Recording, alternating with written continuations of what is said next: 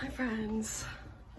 So, hold on, I need to get into uniform. So today I am very excited because I'm going to be doing a video assigning every song off Midnight's a book. So if you don't know already, I'm a big Swiftie. I did a video like this for Folklore, which is my favorite Taylor Swift album. Thank you for asking. That is like the only definitive like favorite I have from her because it's so hard for me to pick favorites. But gonna be honest, Midnight's is really up there in the ranking for me. I just love it. I love the sound. I love that there's so many different variations of sound. There's some songs that are like really upbeat and like really hypey, and then there's like some absolute gut-wrenching I'll never get over in my life kind of songs. They're all so beautiful lyrically, and I'm just obsessed with it. I could just go on and on, but we can't do that. I'm probably gonna like ramble about every single one of these songs, but I'm gonna try to keep it to a minimum, especially because I can't even tell you like which one is my favorite. Honestly, this is one of those albums that like so many of them are my favorite. I can't even comprehend ranking them. It's a no skip album for me. Like sure, sometimes I'll skip something because it's not the mood, it's not the vibe at the moment, but none of them are not good. It is definitely up there. It might be my second favorite album. A lot of these books I don't have with me, but some of them I do, but I don't have a lot of books with me at the moment. If you can see back there, those are the only books I have with me right now. Anyway, the first song we have from Blondie is Lavender Haze. Someone made a really good point on like Twitter or TikTok, which is that this will definitely be like the opening track for the tour. Like imagine the hearing the Meet Me at Midnight. Lives were lost. Anyway, so for Lavender Haze, I chose the book The Perks of Loving a Wallflower. So I chose this book because this basically, I mean, it's set in the 18th century and it follows these two women, and one of the women has a crush on the other one. So since the main goal of the other woman who doesn't initially have the crush is to find a suitor, and so the woman who does have a crush dresses up in masculine clothing. So it is a love story between them, and I felt like this fit really well because they are set in the 18th century. It's kind of ironic because in the song it says you know, the 1950s shit line, which this is way before that, but you know, the message still stands. And I feel like this couple really gets into that feeling of being in a lavender haze, of being in love and like not wanting anyone to interfere with it. And I think too because the one woman's like family is so on her about getting married and finding someone, and the whole line in Lavender Haze when she says all they keep asking me is if I'm gonna be a bride, there's a lot of pressure in the book on our main character to get married and find a husband, but she ends up falling in love with someone else and they are totally like in their own world, and I feel like that really gives the energy of Lavender Haze. Next is the song Maroon. I fucking love this song, y'all. This whole thing was extremely hard for me because there was just so many different facets of each song that I could play on when choosing the book, you know? But for this one, I decided to choose the book Normal People. I chose this book because I feel like it gives the exact same energy of like being, or like once being with someone and having that like really complicated in-betweenness, but also like, you know, being apart from them at times and having that like lingering memory of them. I feel like this song also projects such a loud sense of longing and miscommunication. Especially one of my favorite lines in this song is the rust that grew between telephones. Like that imagery of rust growing between telephones, or like telephone poles, and that being like a metaphor for not talking to someone for a really long time. Are you kidding me? Yeah, so I feel like this really fits, and I feel like it also feels right too, because I feel like the song and the book kind of come full circle in this like kind of unconventional manner in terms of relationships. I feel like there are other books that could fit this better, but this is the closest one I could think of all the things I've read with sort of complicated relationships like this. Okay, the next song is Antihero, which love. Who doesn't love it? So for this, I chose the book False Witness. I chose this because one of the characters in this book, Callie, I feel like is very much like this anti-hero kind of protagonist. So basically in this book, Callie struggles with addiction, and you're really watching her and her sister kind of fight this together. And I think like the whole repetitiveness of anti-hero being like, it's me, I'm the problem, it's me, really shows through Callie's character, because she's very self-aware that she's making certain mistakes, but at the same time, to the audience, to the reader, it's super understandable for why she would take these actions and why she would react like this.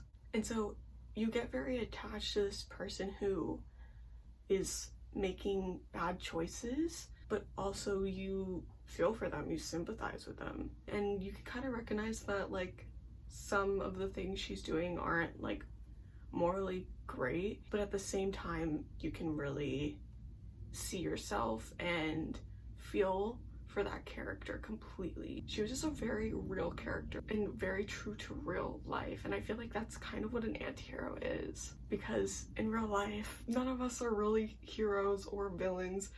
We're kind of like this in between, and we generally all don't have these like really heroic attributes. So I feel like, I don't know, she just represented a really real kind of person. I feel like also because Antihero really opens up about Taylor's insecurities and vulnerabilities, and I feel like that is something really explored within Callie during False Witness. So yeah, the next song is Snow on the Beach, which I chose the book Iron Heart for this, which is the book that comes after Crier's War. I don't know why. I literally only have the first one here. I own both of them, but somehow the other one ran away. I don't know. Anyway, I chose Iron Heart for Snow on the Beach because Snow on the Beach is sort of about like falling in love with someone, especially once you feel like that is not possible anymore for you, and that like potential has completely burnt out and died. And I feel like that energy is very strong in Ironheart, and also Crier's War, like the journey from Crier's War to Ironheart. The couple in Ironheart, Crier and Ayla, are super unconventional, very much enemies to lovers, and I feel like their love story is super like relatable to this song, because I don't think either of them really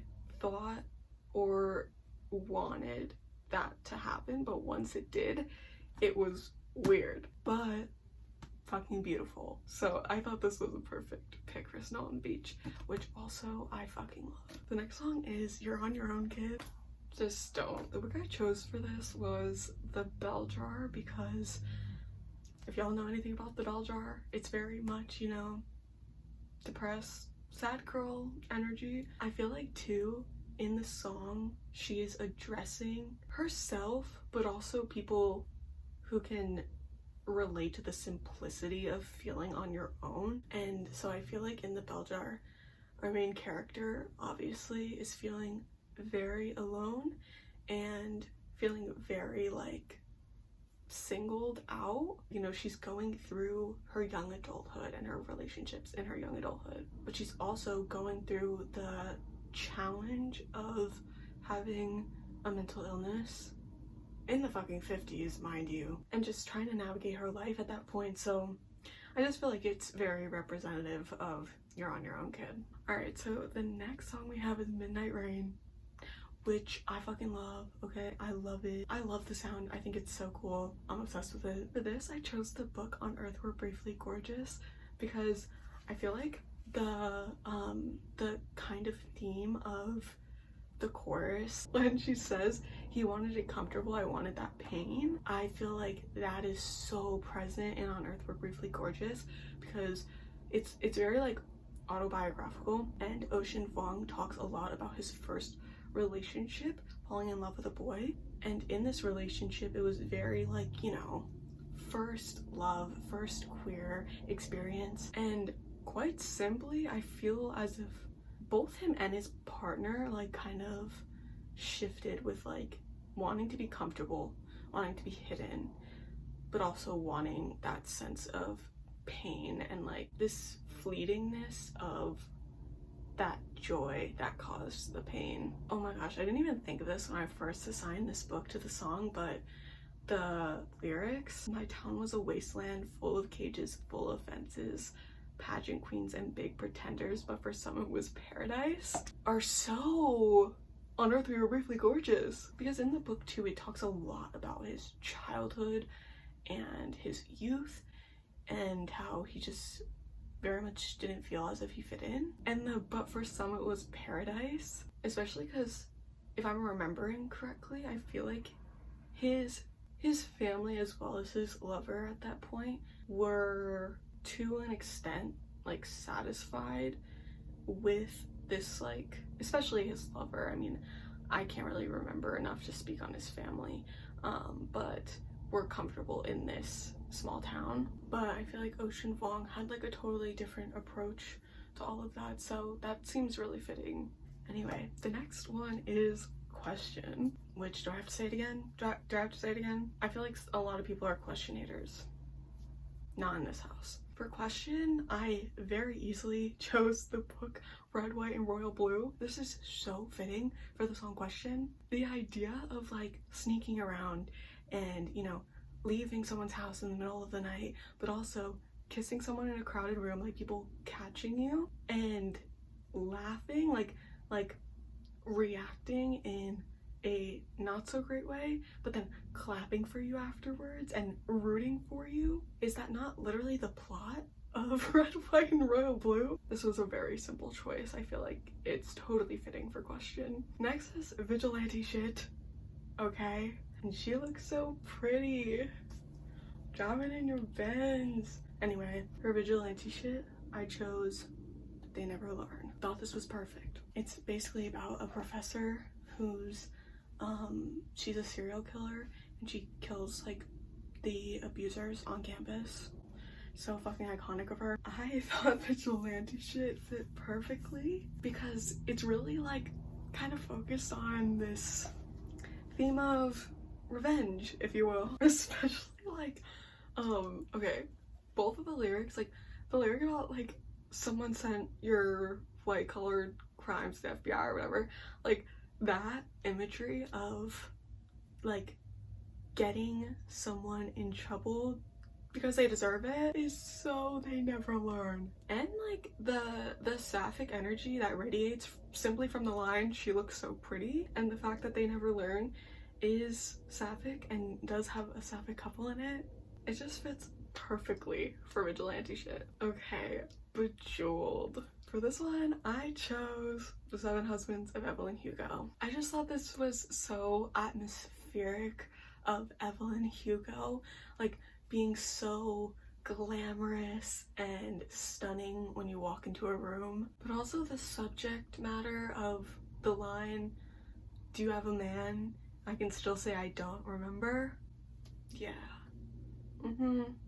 It just feels very, very reminiscent of Evelyn Hugo, so I thought this fit perfectly. The next song is Labyrinth, and I chose the book The Lady's Guide to Celestial Mechanics. This is one of my favorite books ever. It's so fucking good. And I feel like it perfectly fits for this song because, you know, in this song she's talking about this kind of fear of like free falling once you've fallen in love after, you know, being so damaged in the past. And in this book, our main character, she starts the book being sort of broken up with by her last long-term girlfriend. This is also set in the 18th century, by the way. And The other main character is a widow, so when they both start to fall for each other, I think they very much have that feeling of like, oh no, I'm falling in love again. And the fact that the character who's a widow hasn't really explored her sexuality, so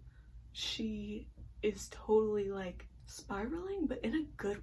And the line, "I thought this plane was going down, how do you turn it right around?"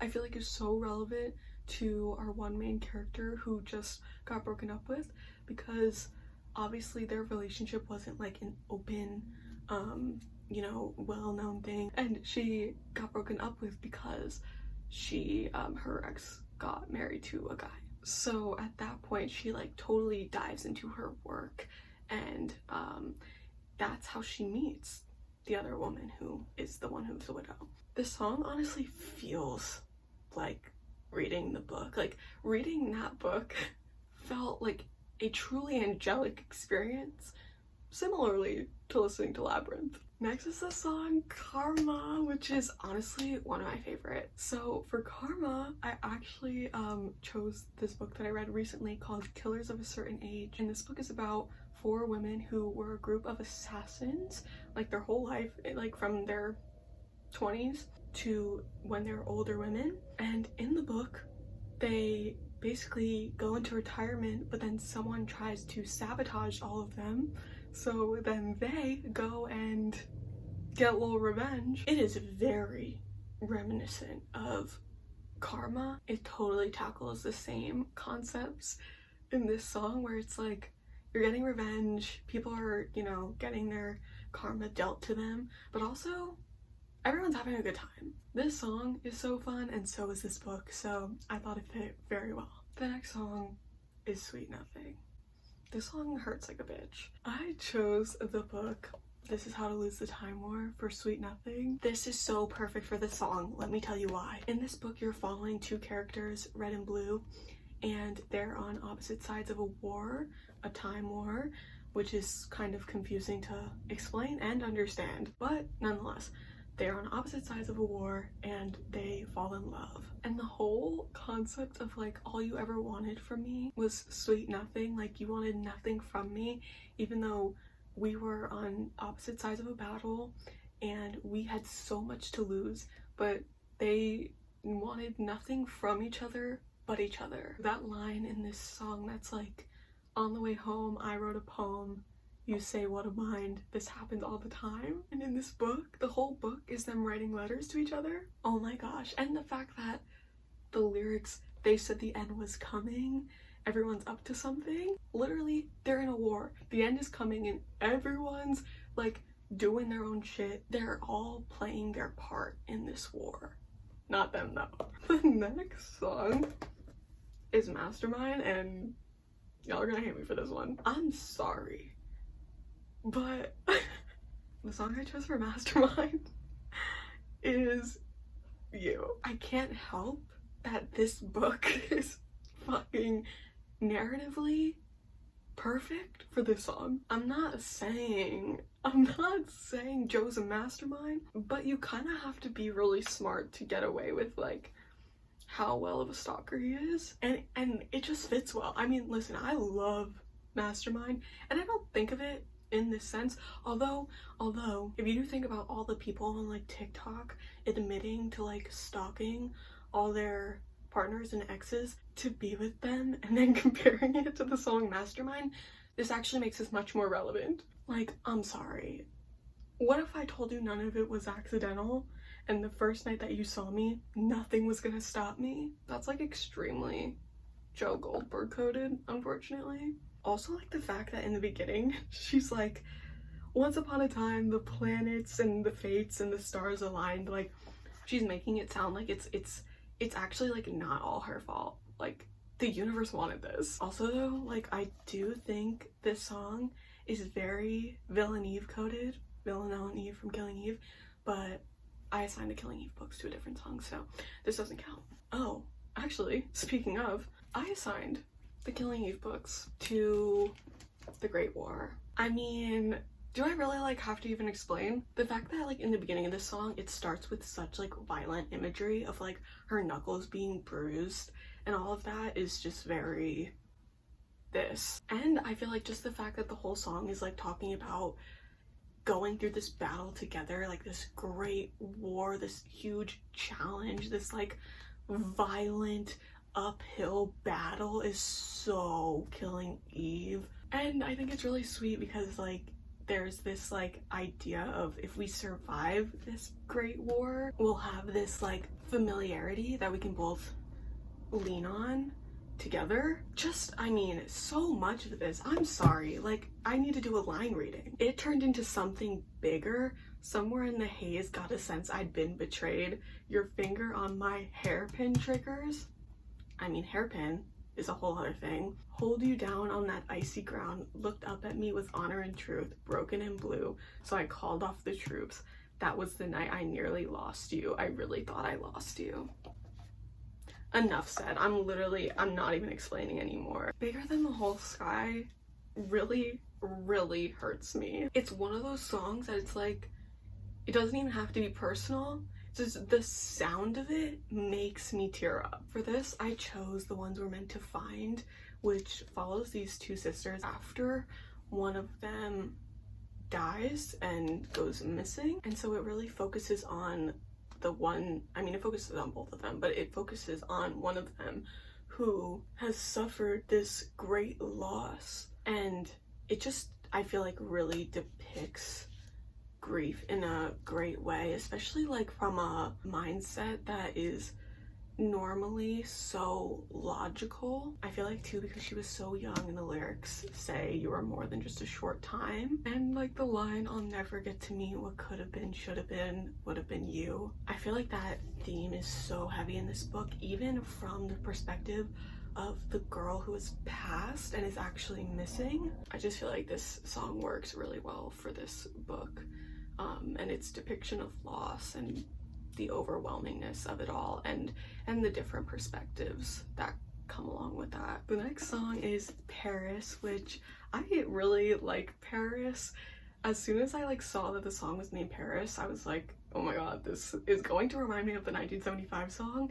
And then I turned it on and it completely did. It's so reminiscent of, you know, being so all consumed by something or someone and being like totally blind to the world and everything else. For this, I chose the book I Kissed a Girl. I chose this because we follow our two main characters, one who is an actress and the other who is a makeup artist on the set of this movie that the actress is working on. And I chose this because I feel like in this setting and in this scenario, being on a set, a film set, and you know, traveling and going on location and all of that, it's very isolating, even though maybe it wouldn't seem exactly like that. I do feel like it does a good job of portraying that in this book, because you very much end up being in your own world, and I feel like that's what both of them really experience here. And you know, the whole chorus is like, we were in Paris, we were somewhere else, and having this overarching theme of being so involved with someone that your lives merge together and nothing else exists. I feel like at the beginning of this song too, it really radiates this like young adult sort of energy where you're being very social and you're really like putting yourself out there, but also it really reflects like the sense of interpersonal relationships that you start to form. I feel like especially when she goes, I'm so in love that I might stop breathing, drew a map on your bedroom ceiling. Like, that to me just radiates this childlike concept of drawing a map on your bedroom ceiling, and you know, it gives ribs by Lord. So yeah, this felt perfect for the song Paris. The next song is High Infidelity. And for this, I chose Conversations with Friends. This feels so appropriate for this song. This book follows like two couples, sort of. One couple who's like an older married couple, and the other one that used to be a couple and are now just best friends. And it does deal a lot with like scandal and cheating and infidelity and the complicatedness of all of that, especially because I feel like the couple that are together and are keeping it secret are horrible communicators, and that is very much a theme in this. I do personally feel like this song is about more than infidelity, but for this purpose, I'm being very literal with the lyrics. I just feel like the like somber and dramaticness of being with someone but not really being with them, and then having all these extra complications of them having a partner and them not telling you how they feel and them not knowing how to be honest is very much like high infidelity. Like the lyrics, storm coming, good husband, bad omen, and there's many different ways that you can kill the one you love. The slowest way is never loving them enough. In this book, I feel like when you're following Frances, you can tell that she's never really had a steady sort of model of love to reference and learn from, and so her love life is so messy. But something I love about Sally Rooney books is how messy it is. It's very human of her. The next song is Glitch. Can my fucking Glitch lovers rise up? Okay, for Glitch, I chose the book Satisfaction Guaranteed. You know why? Because Glitch is a sexy song, and so is this book. Honestly, like, that's it. That's it. Satisfaction Guaranteed is about these two women who start running like a sex store together, a sex toy store. A sex store doesn't sound correct. Anyway, you get the idea. And they start falling for each other. It's very cute. It's very like opposites attract. And I just feel like it has the same exact energy of Glitch, especially the line, like, now I'm fastening myself to you like a stitch. I just feel like this fits perfectly with the relationship in Satisfaction Guaranteed, because once they sort of figure out that they like each other's company, they really hold on to it. The next song is What If, Could Have, Should Have. Don't even get me started. I'm so serious. This song is so good.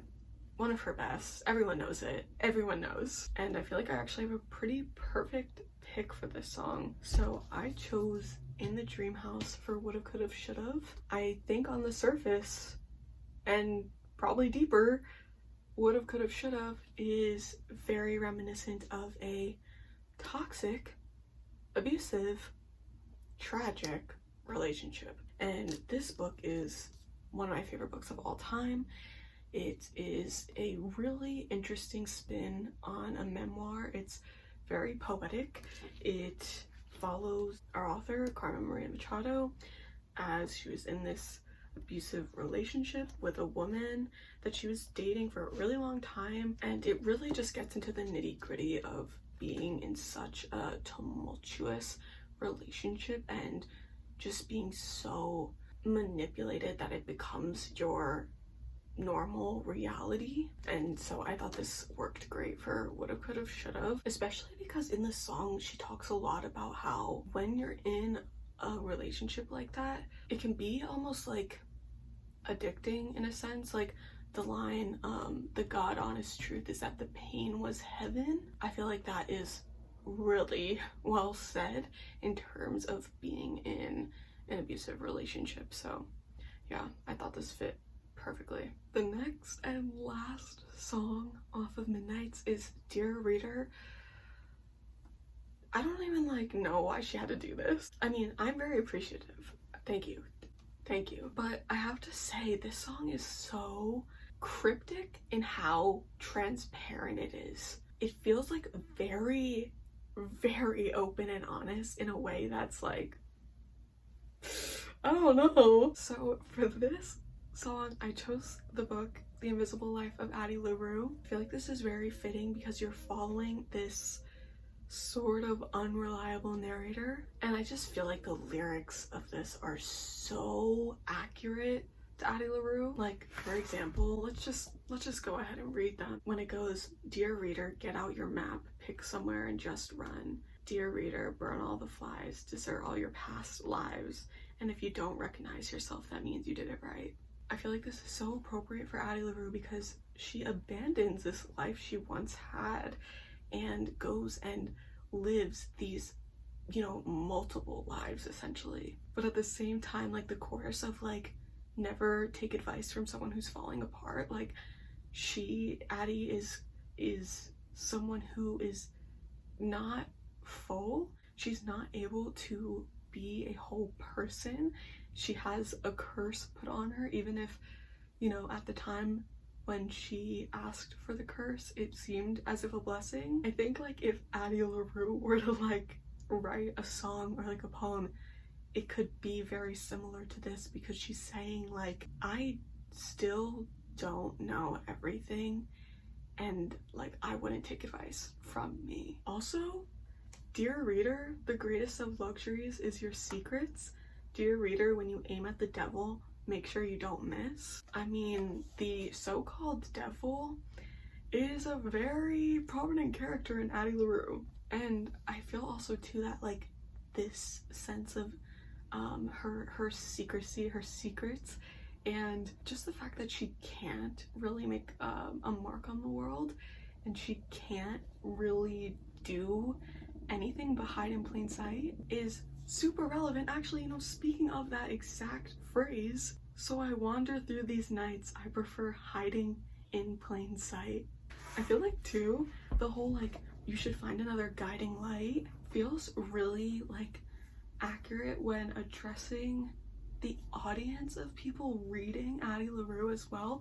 Like, at least for myself, going into reading that book, I expected something profound because of the content material, but when you really get to the root of it, Addie's character is not well. She is clearly hurting and in pain and suffering because of her curse, whereas when you're going into it, like when I went into it, I thought that was such a cool concept, because how extraordinary to be able to live forever and to experience all of this life. But the book really twists that narrative and makes you think and ask yourself, you know, would that really be all it's cracked up to be? So it feels very, very similar to the themes in Dear Reader. I feel like too, I'm just now thinking of this, but I saw someone talk about the fact that this is called Dear Reader instead of Dear Listener, and how it can possibly feel as if it's addressed to the people who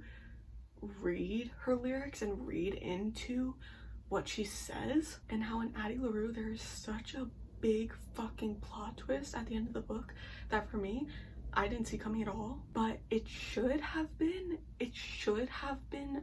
very obvious as a reader if I was really looking at the fine print, you feel? So yeah, those are all the books I assigned to every song off of Midnights. I had so much fun doing this video and geeking out about Taylor Swift. Let me know what your favorite song or songs off of Midnights are, and what your favorite Taylor Swift album is. Let me know what you think, and if you agree with any of these kind of comparisons. Thank you so much for being here, and let me know if you'd like a video like this for any other albums. But that is all from me. I will see you very soon in my next video. Bye guys.